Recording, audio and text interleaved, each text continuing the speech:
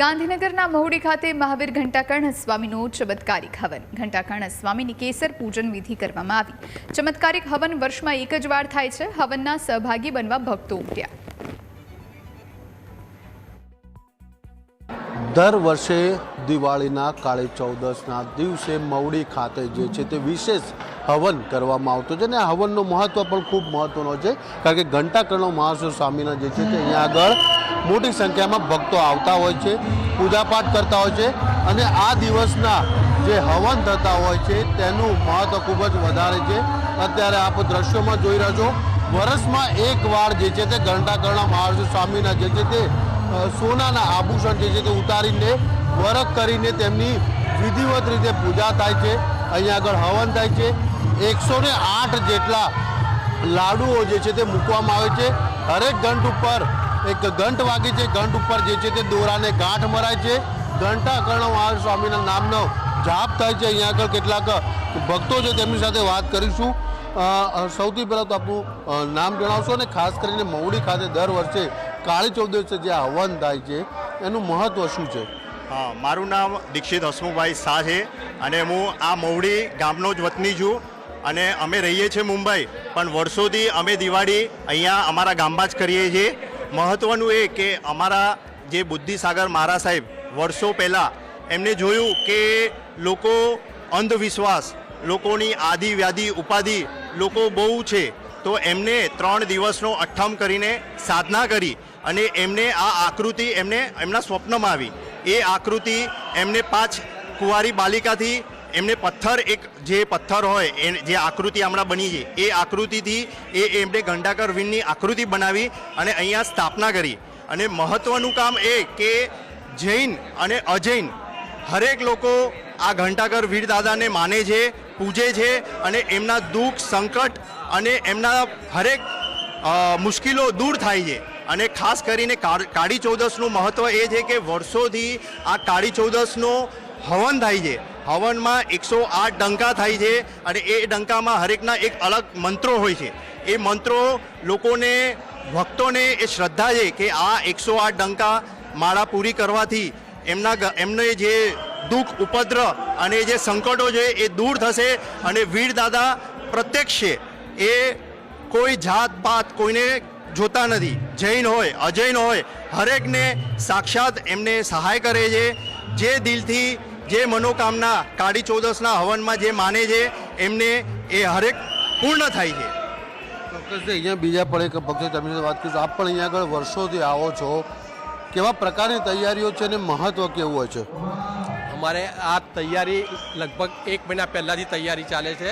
અહીંનું મેનેજમેન્ટ બધું મહુડી સંસ્થાના કાર્યકર્તાઓ સંઘના ભાઈઓ જ કરે છે અને આનો સૌથી મહત્ત્વ દાદા ઉપર એટલો બધો અતૂટ શ્રદ્ધા છે કે એક વખતે તમે આવીને એમને બાધા કરો ઈચ્છા એટલે તમારી મનોકામના પૂરી થાય ને થાય જ. લોકો ક્યાંયથી ભક્તો અહીંયા આગળ આવે છે અને એમની મનોકામના પૂરી થાય છે.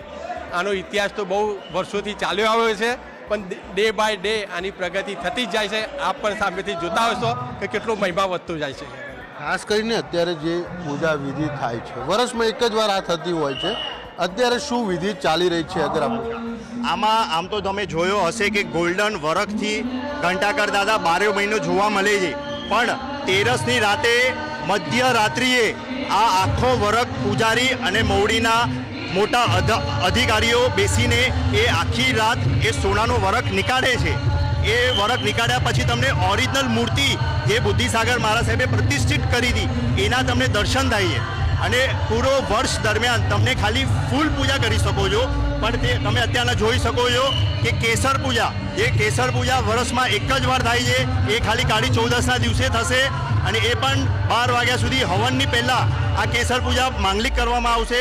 એના પછી જેમ ઓરિજિનલ મૂર્તિ સોનાના વરખ ચડાવવામાં આવશે, એમની આકૃતિ બનાવવામાં આવશે અને એના પછી આપણો હવન ચાલુ થશે. પૂજાની જો વાત કરીએ, હવનની જો વાત કરીએ, હવન કેટલા વાગે શરૂ થશે, કોણ કોણ ઉપસ્થિત રહેશે અને કેવા પ્રકારનું હવન રહેશે? હવન આપણો 12:39 હવન પૂરું સ્ટાર્ટ થશે અને હવન કરાવનાર જે બુદ્ધિસાગર મહારાજ સાહેબે એમને જે શ્રાવકને આપ્યું હતું એ જ શ્રાવકના છોકરાઓની પેઢીઓ, એ જ વંશ પરંપરા એ લોકો અહીંયા હવન કરાવે છે અને એમની જ પરંપરાથી આ ચાલે છે. આભાર વાત કરવા માટે તો અત્યારે આપ દ્રશ્યોમાં જોઈ રહ્યા છો કે વર્ષ દરમિયાન જે છે તે વરખ જે છે તે સોનાનું તે ઘંટાકર્ણ મહાવીર સ્વામીની જે છે તે તેમના શરીર ઉપર જે ચડેલો છે કે તેમની પ્રતિમા ઉપર જોવા મળતો હોય છે, પરંતુ આ એક જ એવો દિવસ હોય છે કે વરખ જે છે તે કાઢવામાં આવતું હોય છે પ્રતિમા ઉપરથી અને ત્યારબાદ કેસર સ્નાન જે છે તે તેમને કરાવવામાં આવતું હોય છે. ભક્તો જે છે તે દૂર દૂરથી જે છે તે આ કાળી ચૌદસના હવનની અંદર જે છે તે ઉપસ્થિત રહેવા માટે આવતા હોય છે. મુંબઈ હોય કે વિદેશ હોય, તમામ જગ્યાએથી ભક્તો જે છે તે અહીંયા આગળ પહોંચતા હોય છે, દર્શન કરતા હોય છે. આ દિવસનો જ મહિમા ખૂબ જ અલગ જે છે તે જોવા મળતો હોય છે. અહીંયા આગળ ભક્તો જે છે તે રાત્રિથી જે છે તે આવી ચોકતા હોય છે.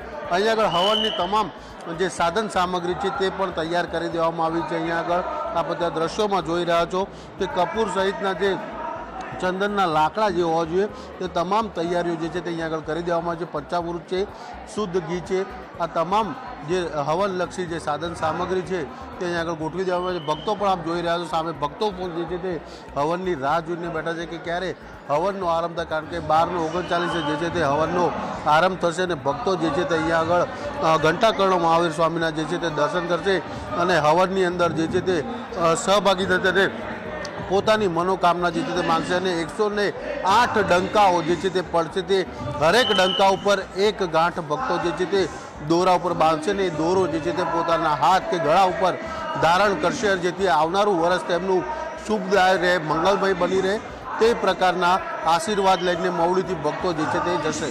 કેમેરામેન લાલા ભરવાડ સાથે મલ્હાર વોરા, ન્યૂઝ કેપિટલ, ગાંધીનગર.